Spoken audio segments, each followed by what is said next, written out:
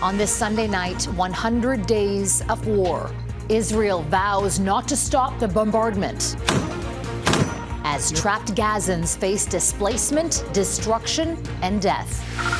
A Canadian delegation touches down in the region. Our one-on-one with an Ontario surgeon just back from Gaza, how he got in and why it was tough to come home. There's a certain camaraderie about saving lives together, which made me forget about my own safety. The West's winter woes, the dangerous cold, the request to conserve power, and where temperatures could still plummet. Denmark has a new king. A new era begins after a surprise abdication.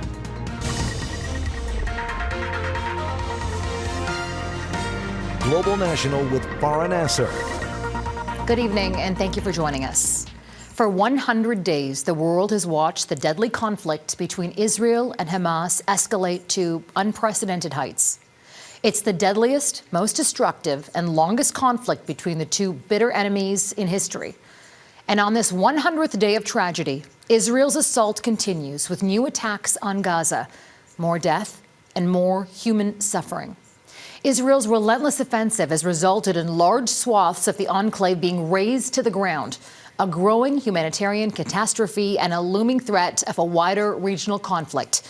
And more than 3 months in, Hamas remains intact, with more than 130 hostages still in captivity.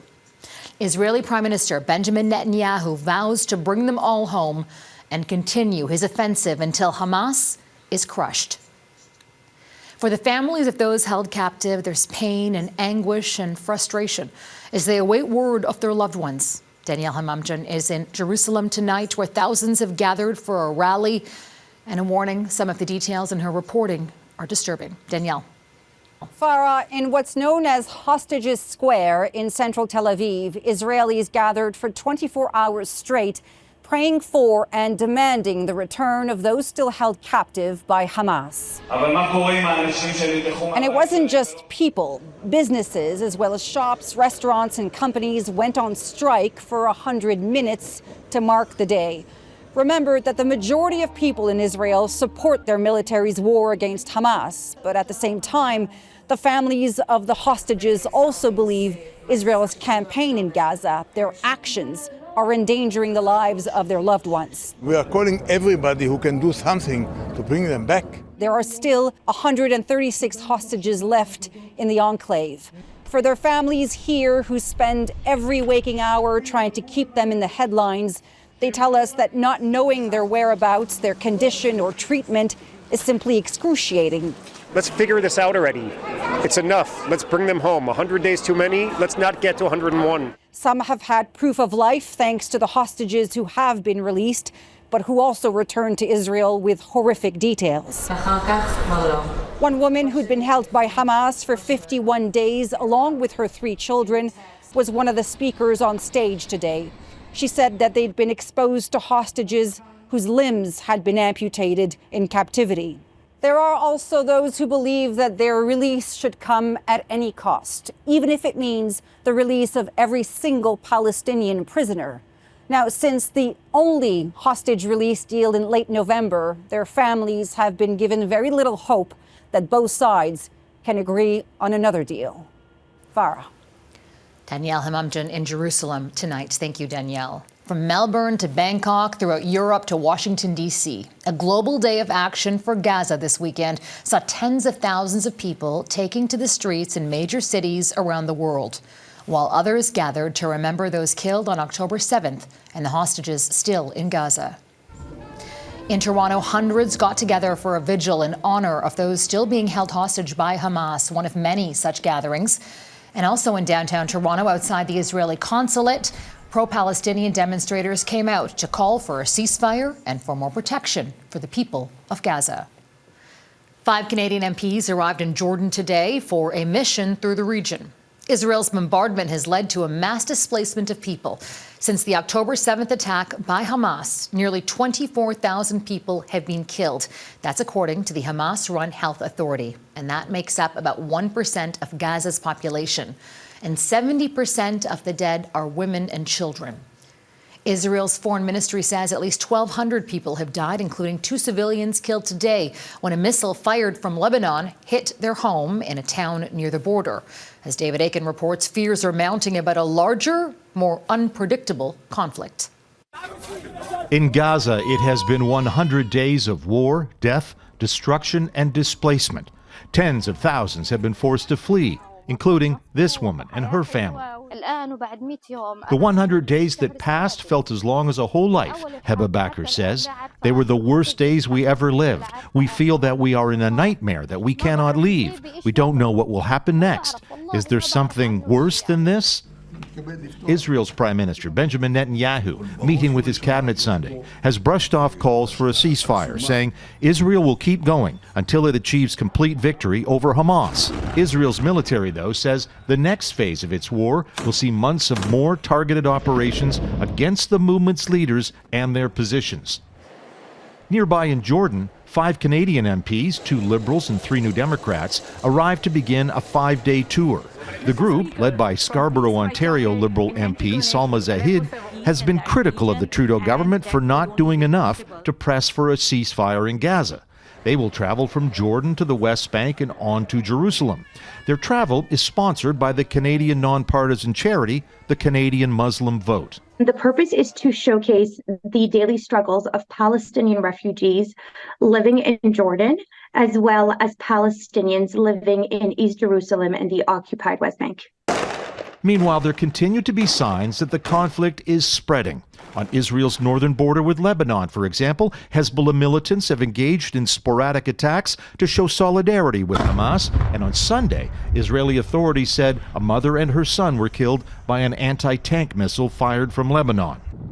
In Yemen, Houthis, a group accused of terrorism and war crimes that support Hamas, vowed to continue their attacks on shipping in the Red Sea. David Akin, Global News, Ottawa. And later on in the newscast, my one-on-one conversation with Dr. Yasser Khan. He's a Canadian surgeon who tended to patients within Gaza itself. He's just come back, and he'll share his experiences. In Quebec, police are investigating the death of a 15-year-old boy who fell from a ski lift on Friday night. The incident happened at a ski resort 70 kilometers northwest of Montreal, where police were called in around 10 p.m. First responders tried to resuscitate the boy, but he was pronounced dead after being brought to hospital. Investigators are looking into the possible causes of his fall, but they believe no criminal elements are involved. It's already been days of frigid conditions across this country. But Canadians from coast to coast to coast remain in the grips of fierce winter weather. From dangerously cold temperatures in the west to storm surges battering coasts in the east, Heidi Petracek looks at how people are trying to weather it the best they can as they brace for more. The unrelenting extreme cold caused pipes to burst at this long-term care home in Surrey, BC, forcing residents to move. And this unusual scene in Vancouver, a flooded construction site turned into a skating rink. Next door in frigid Alberta, we were able to avoid having any shutdowns due to the lack of generation for the system. The province's electric system operator rescinded its grid alert last night, but asks residents to cut back on consumption during peak hours. The peak period is always 4 to 7 p.m. That's when power demand spikes. Shelter workers in the prairies are scrambling to make room for the most vulnerable, facing lows of minus 55 with the wind chill. Our building is not big enough for the number of people. Across the board, everyone's reporting well over 100 people needing warming spots every day. In eastern Canada, cold and wind is paired with some snow squall warnings in southern Ontario and blizzard warnings in northern Quebec. The water is starting to breach down here.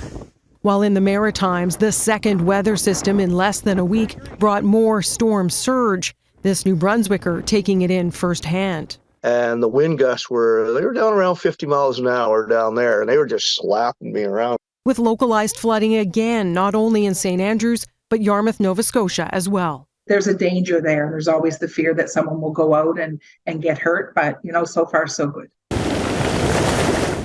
This picture will change with snow in the Maritime forecast Tuesday, as the rest of the country hopes for relief from its deep chill. Heidi Petracek, Global News, Halifax. Tens of millions of Americans are under weather advisories, with winter storms hitting hardest from the Great Lakes to the Pacific Northwest, and an Arctic blast causing hundreds of thousands of people to lose power this weekend. And ferocious waves are wreaking havoc in Maine. Heavy winds and rain have triggered a record high tide, flooding roads and homes and even sweeping away centuries-old fishing shacks. In Indonesia, Mount Merapi erupted this morning, spewing ash more than 1 kilometer into the air. No deaths have been reported, but officials have ordered residents in the danger zone out to avoid possible lava flows. Merapi is known for sudden eruptions that are difficult to predict, like the one that killed 24 people while dozens of climbers were ascending the volcano back in December. And for the second time in less than a month, a volcano erupted in southwestern Iceland, and it sent lava spewing toward the country's main airport. The eruption posed a threat to a nearby fishing town, though it had been evacuated earlier, just as a precaution. Opening old wounds to help prevent a future tragedy. Coming up, a still grieving Saskatchewan First Nation prepares for a mass killing inquest this week. And also coming up, Denmark's new king takes the throne as the country's longest-running queen abdicates.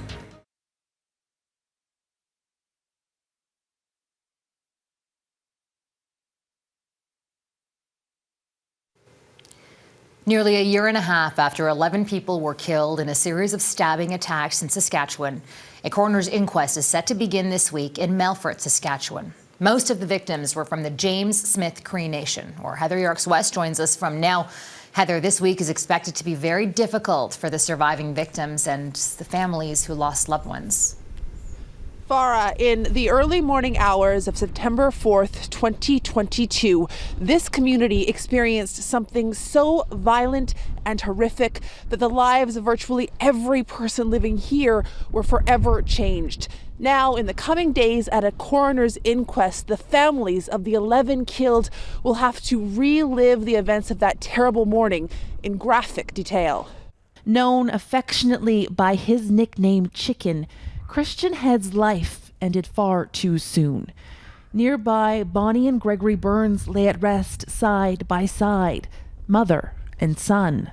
3 of 11 lives lost to a horrific crime. Our membership are 16 months past the tragedy. They've just started to open up and move into the beginning of the healing process. The mass killings here and in the nearby town of Weldon shocked the entire country, triggering a Canada-wide manhunt after police said the suspects, Miles Sanderson and his brother Damien, were still at large. But RCMP later revealed that Damien had been a victim too. Miles Sanderson, a community member with a long criminal history, had acted alone. The parole system needs to be fixed. Miles was released. He was the First Nation wasn't given notice. He was released without, fulfilling some of the rehabilitation needs that they have. But why Miles Sanderson had been out on parole will not be brought to light during a coroner's inquest in Melfort this week. Instead, the hearings will focus on the events leading up to the deaths, who died, and where each person was killed. I can imagine our family members and our band members that are going to be going through a lot of emotions in the next little while here. In advance of the inquest, surviving victims and family members scheduled to speak at the hearing were privately shown the evidence collected by the coroner's office and the RCMP. Every family that went through that process left, in tears because it brought back that day of September 4th. The inquest is scheduled to last at least 2 weeks. A second inquest will be held into the death of the man accused of these killings. Miles Sanderson died in police custody shortly after he was arrested. Farah? Heather Yorks-West and James Smith Cree Nation. Thank you, Heather. Ahead, operating while the building shakes. Our interview with a Canadian surgeon who's just come home from helping in Gaza.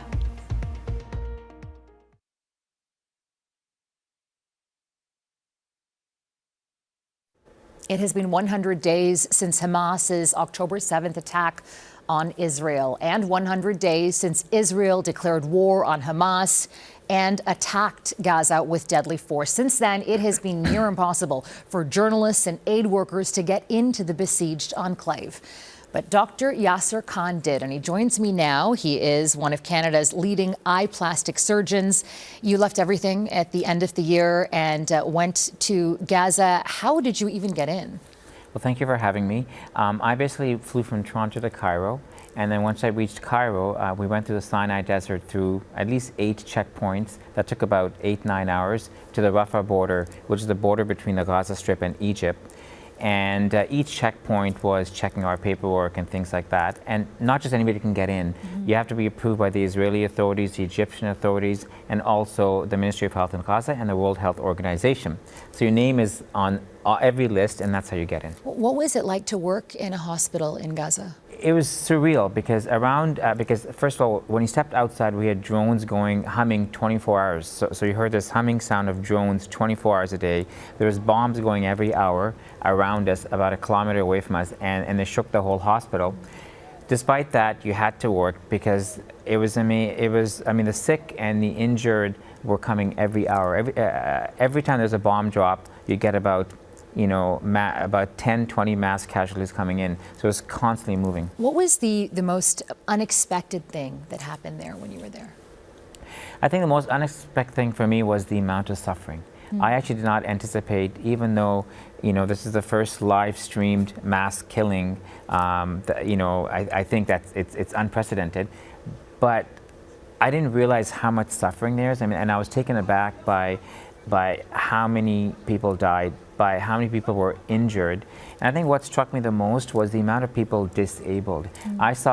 While I was there, I saw 15 to 17 amputations alone myself. I myself took about 8 or 9 eyeballs out. I basically, people who are blind now, I fixed massive facial scars, and I didn't realize the extent of suffering and extent of disability these people are going to be left with after. You're also a father of 4 besides being a doctor. How did that play into what was happening, and did you fear for your safety? I didn't fear for my safety. I was around dedicated healthcare workers who were working and were calm despite the bombs around them. So we're all in this together, and there's a certain camaraderie about saving lives together, which made me forget about my own safety, but worry about the safety of the people I'm trying to save. And so I didn't worry about my safety. And as a father, I think, as a father of a 6-year-old, I think that really struck me because I saw one patient who came in with her eye just blown out, and I had to fix it. And she was 6, the same size as my daughter. And that's when I really broke down because I thought that this child has done nothing to deserve this. And that's a moment that really kind of got to me. Yeah. Israel has claimed for a while now that Hamas fighters are hiding underneath hospitals, in hospitals, or near hospital compounds. You were at the European hospital in Khan Yunis. Did you see any evidence of that? No, not at all. How did you leave? What was it like leaving in that moment? All these desperate people behind. Honestly, my heart is still there. My heart is with my patients that I saw. My heart is with my colleagues that I broke bread with every night, the local Palestinian doctors. My heart is with the 20,000 refugees that are now sheltering in the hospital. And my heart is with all their suffering, and I actually didn't want to leave. The bombing was getting worse as I was leaving, but I almost felt guilty for leaving because there's so much suffering there and there's so much help that they need that it was hard to leave. I know you just came back a few days ago, but would you go back? I would go back in a heartbeat. Yeah. Dr. Yasser Khan, thanks so much for sharing your experience with us. Thank you for having me.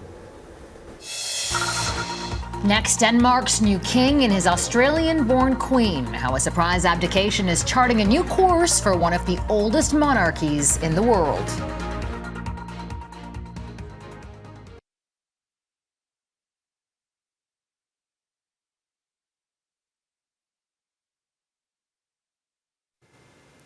As the new year began, Denmark's longest-serving queen stunned her nation and announced she was abdicating. Today, her son, King Frederick X, officially ascended with much fanfare across Denmark. Nivrita Ganguly looks at today's celebrations. It's history in the making.